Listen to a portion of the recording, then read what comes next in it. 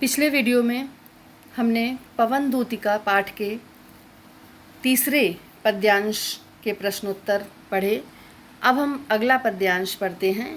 अगले पद्यांश में कवि ने क्या वर्णन किया है। जो प्यारे मंजू उपवन या वाटिका में खड़े हों। यहाँ पर कवि ने राधा के द्वारा हवा को ये बताने का वर्णन किया है कि श्री कृष्ण कहाँ होंगे, किस प्रकार तुम उन्हें मेरी याद दिला देना। कहती हैं कि अगर प्यारे मेरे श्री कृष्ण मंजू में सुंदर, उपवन या वाटिका सुंदर बाग या बगीचे या बगिया में खड़े हों, तो वहाँ जो बांस के पेड़ होंगे, वेणु का अर्थ है बांस, वेणु का बांसुरी और कीचक का बांस, कीचक वहाँ बांसों में बांस के पेड़ होंगे, उन बांसों में जो कहीं पर छेद हों, तो छिद्रों का अर्थ है छेद, तो उन छेदों में जाकर क्वणित करना मतलब ध्वनि उत्पन्न करना। कैसी? बांसुरी के समान, बांसुरी के समान ध्वनि उत्पन्न करना। यूं होवेगी सुरति उनको सर्व गोपांगना की, इस प्रकार उन्हें सभी गोपियों की, सर्व गोपांगना सभी गोपियों की याद आ सकेगी। जो है वंशी श्रवण रुचि से दीर्घ उत्कंठ होती, जो उनकी बांसुरी की धुन से, बांसुरी की ध्वनि सुनने के लिए दीर्घ उत्कंठ अर्थात जिज्ञासु होती हैं, अर्थात बांसुरी की धुन सुनने के लिए उत्सुक रहती हैं। ला के फूले कमल दल को श्याम के सामने ही। या फिर ऐसा करना कि अगर वो कहीं पर किसी तालाब के किनारे खड़े हों, तो वहाँ जो फूला हुआ कमल का दल हो, कमल का फूल हो, उसे मेरे श्याम के सामने ही लाकर, मेरे कृष्ण के आँखों के सामने लाकर वहाँ गिरा देना, और उसे थोड़ा थोड़ा विपुल जल में, विपुल जल तालाब में विपुल जल होता है, विपुल का अर्थ है विशाल, बहुत सारा, तो उस तालाब के जल भंडार में थोड़ा थोड़ा उस पुष्प को डुबोना, व्यग्र हो, कैसे? व्यग्र होकर, व्याकुल होकर, कि कमल वो व्याकुल दिखाई दे, इस प्रकार से डुबोना उसे, तो उन्हें याद हो सकेगी। यों देना ए भगनी जतला एक अम्भोज नेत्रा। अम्भोज नेत्रा के पर्यायवाची आपको आने चाहिए। अम्भोज का अर्थ है कमल, नेत्रा कमल के जैसे नेत्र वाली, मृगनयनी भी कह सकते हैं।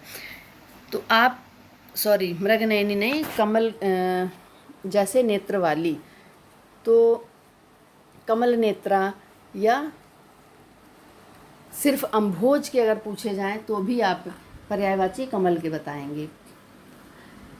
कवि क्या कहते हैं कि राधा कहती है हवा से कि इस प्रकार, हे बहन जाओ तुम और मथुरा जाकर वहाँ श्री कृष्ण को हर प्रकार से, हर संभव प्रयास करना कि उन्हें याद हुआ है कि इसी कमल जैसे नेत्र वाली कोई विरहिणी, विरह विधुरा, विरह से व्याकुल, वारी में अपनी आँखों को, वारी में, वारी का अर्थ है जल, आँखों और वारी के पर्यायवाची और आपको याद होने चाहिए समानार्थी सब।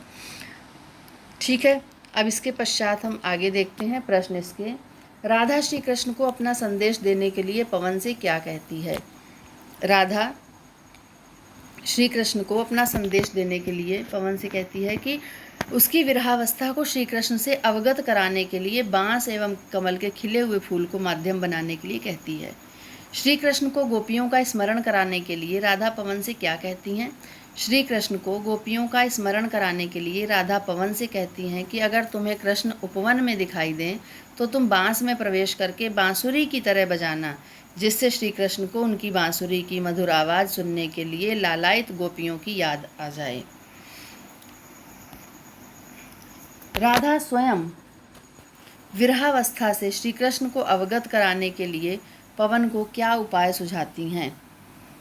राधा श्री कृष्ण को स्वयं की विरहावस्था एवं पीड़ा से अवगत कराने हेतु कहती हैं कि श्री कृष्ण के समक्ष उपस्थित कमल के पत्तों को पानी में डुबोना, ताकि उस दृश्य को देखकर श्री कृष्ण कमल से नयनों वाली राधा की वियोगावस्था को पहचान लें।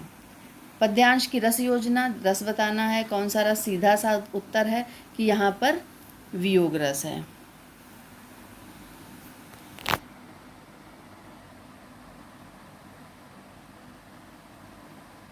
ये आपको नहीं, केवल बस इतना विरहावस्था का वर्णन किया गया है, तो यहाँ पर वियोग, वियोग श्रृंगार है। उत्तर में आपको देना है वियोग श्रृंगार।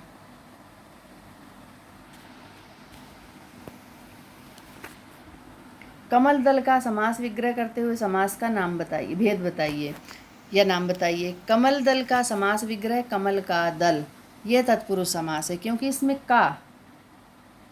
का ये क्या है, विभक्ति, विभक्ति का लोप हो रहा है, तो फिर यहाँ पर तत्पुरुष समास है। तो ये वीडियो समझ में आ गया होगा। अब इन प्रश्नों को आप अच्छे से तैयार कर लेंगे पद्यांश की व्याख्या सहित।